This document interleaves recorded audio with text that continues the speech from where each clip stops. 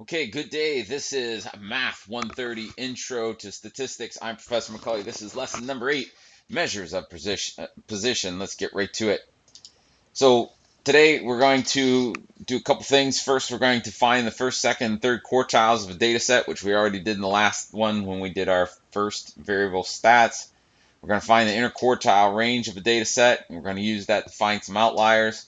And then we're going to represent data graphically with a box and whisker plot. And then we're going to find and determine percentiles of a specific data set. And then we're going to find and interpret standard scores, also known as Z-scores. So let's start with some definitions here. The three quartiles, Q1, Q2, and Q3, divide an ordered data set into 4 equal parts. About 1/4 of the data is on or below the first quartile. About 1/2 of the data lay on or below the second quartile, quartile 2, also known as the median. About 3/4 of the data lie on or below the third quartile, Q3. The 5-number summary includes the maximum, minimum, and the quartiles, which we talked about in the last section. So use the following data set to find the 5-number summary. Okay, we can do that. So let's go to our graphic calculator. Hit that graphic calculator right there. And since we're going to be entering new data, first thing that we want to do is clear out the old data set. So we're going to hit stat. We're going to hit 4 for clear list.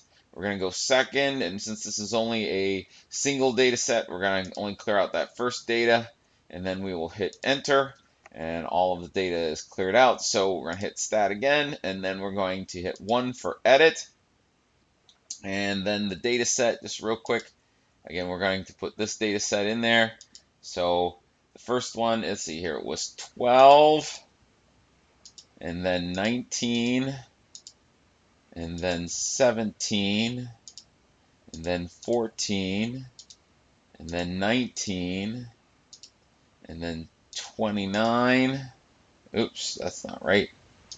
23, and then 14 again, and then 29, then 16, and then 13, and then 18, 25, 13, and let's see here, 14, and 24, 18, 16, 20, and 21. Let me count here. 1, 2, 3, 4, 5, 6, 7, 8, 9, 10, 11, 12, 14, 15, 16, 17, 18, 19 pieces of data. I've got 19 pieces of data. Okay, so now I didn't make any mistakes here. We should get the correct values. So we're going to get that 5. So we're going to, get our 5-number summary here. And to do that, we're going to hit the stat button again. We're going to go over to calculate. We're going to hit the first variable stats. And remember, we want that frequency list to be empty. Hit enter. Boom. And here we're going to roll down where it says max and minimum. So here are our values. Let's match up with what I got. So here, our minimum max is 12. Our quartile 1, our first quartile, it was 14. Our median, which is also Q2, is 18. Q3 is 21. And our max X is 29. All right, so there's our 5-number summary. Next, the interquartile range is the difference between the first and third quartiles. It is the middle portion of the data encompassing approximately half the data.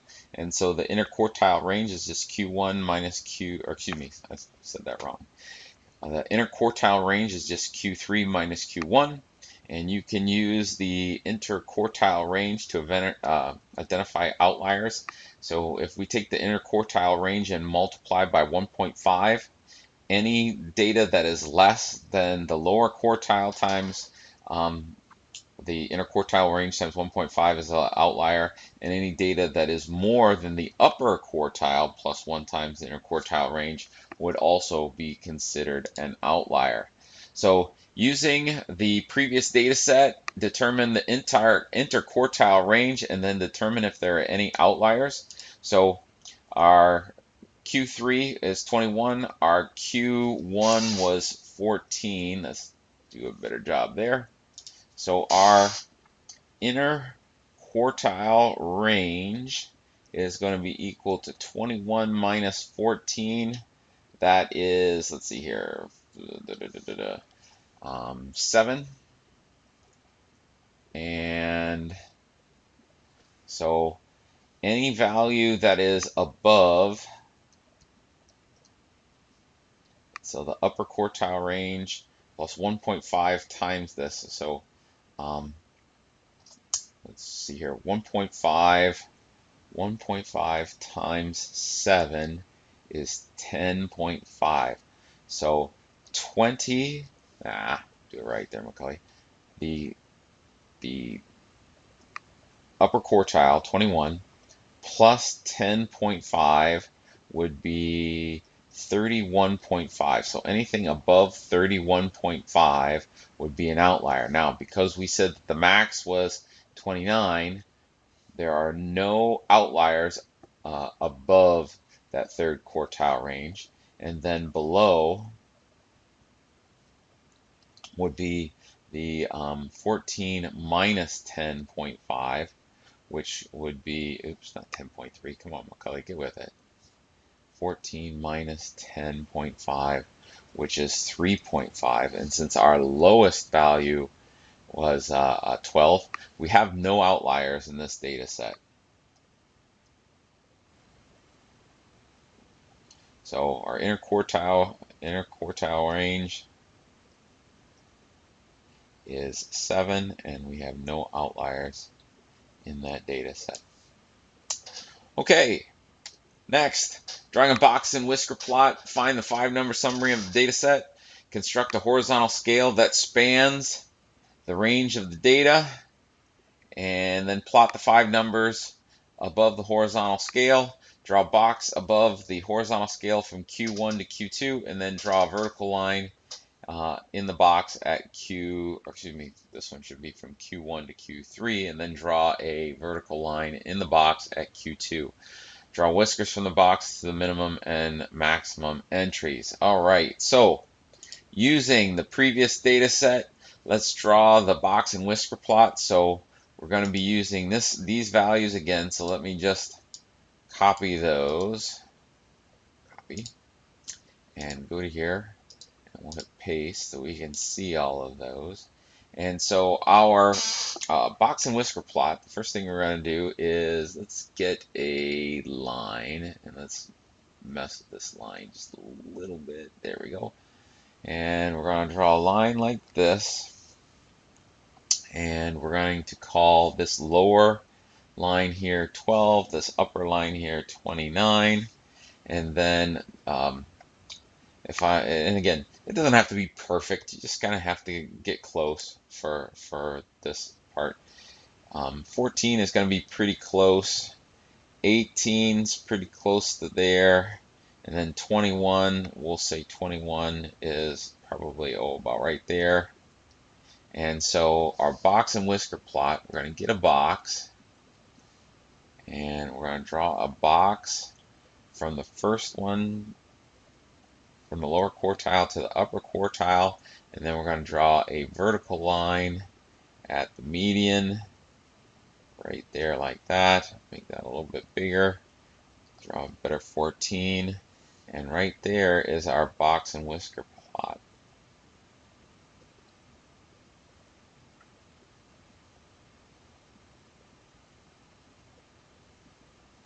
Not bad. Okay, so next thing on the list, Definition, percentile of specific data entry of a given value is the number of data less than the given value divided by the total number of data in the set, rounded to the nearest whole number. And then we also have another definition here. The standard score, or the Z-score, represents the number of standard deviations, denoted by the lowercase sigma there. And again, calculating Z-scores is the same regardless of whether it is of a sample or of a population. So even though I'm using population for the mean and the standard deviation, if you're doing a sample, you would still use the mean and the standard deviation for those means, whether it's population or sample. So back to this. The Z-score represents the number of standard deviations. The value x lies from the mean, whichever that is. And so what can we use with the Z-score? Well, the Z-score is a method for normalizing values to the standard normal curve. And essentially what that tells us is that it gives us if we here start over, normalizing those values allows us to compare how far away from a given mean of a value is, regardless of what quantity they are measuring. So it changes an apples and oranges comparison to an apples to apples comparison. And so if you're measuring, let's say, men's weights versus females' weights, clearly men are going to tend to average a little bit heavier than women. And so if we want to depict or make a guess about any two individuals' weights, as what a Z-score can say, it can give us a way to say, hey, this person might be a few more standard deviations away from the mean than the other person. Z-scores can be both positive and or negative. Any Z-score that has that's more than 2 or less than -2 should be considered unusual, and that goes back to the range rule of thumb for the 95%. Any data set that's more than 3 or less than -3, so more than 3 standard deviations away, should be considered a very unusual score. So 99.7% of the data lie on that normal curve. All right, so using that previous data set, we're going to ask you to find the percentile and Z-score for the data of 14 and 25. So to do percentile, we got to figure out how many pieces of data lie below 14. So a little trick that we can do to see that, if I go to my stat and I go to edit, clearly we have a data set that's kind of out of order, but the calculator will fix that for us. If I do sort A, and so if I hit 2, and then we tell it what list to use, so we're going to go second and then 1 for L1, and then we're going to hit enter. If I go back to stat and I go back to edit, we have those values are in order. So if we want to figure out a percentile of 14, we're going to go, there are 1, 2, 3 pieces of data. So for 14, there are 3 pieces of data out of 19 total. So let's quit out of this. 3 divided by 19 is 15.7. And remember, in calculating percentile, if we go here, it is rounded to the nearest whole number. So for this one, we would round this one up. And so we're going to say that, oops, wrong one. We're going to say that this is in the 16th percentile.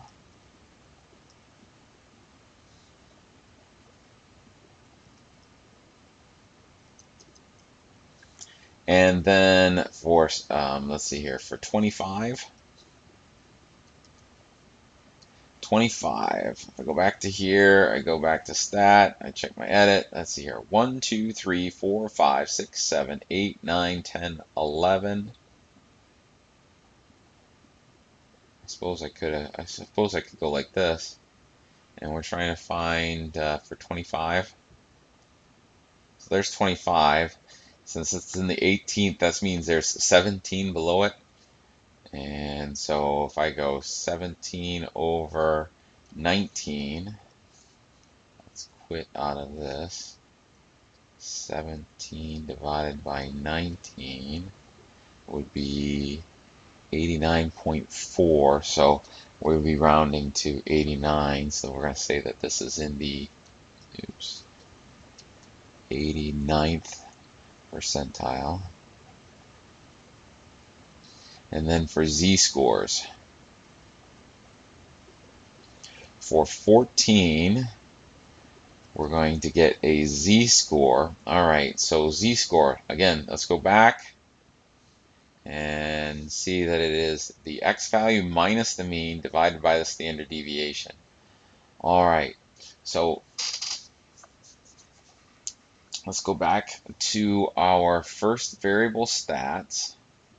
So let's go over to here, hit 1. Let's calculate those things, and we don't know whether it's a population or a sample, so we'll go with a population.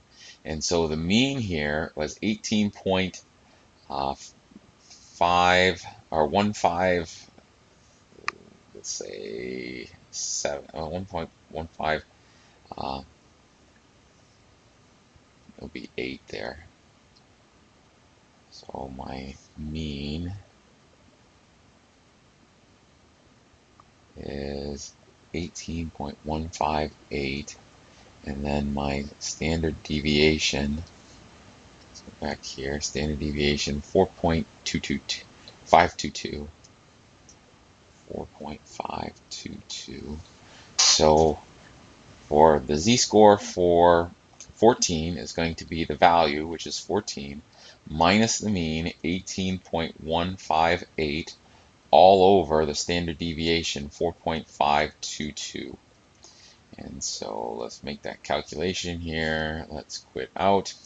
So 14 minus 18.158, and then we'll divide that by 5 or 4.522, and that gives us negative 0.92. Negative 0.92. So less than 1 standard deviation away. And then if I wanted to do for 25, it's basically the same thing. So z equals 25 minus 18.158 all over 4.522. And let's make that calculation. So 25 minus 18.158 equals 6.2 divided by 4.522, and we get a z-score of 1.51. So we are more than 1 standard deviation, but we would not consider either 14 or 25, so neither of these are unusual. EITHER.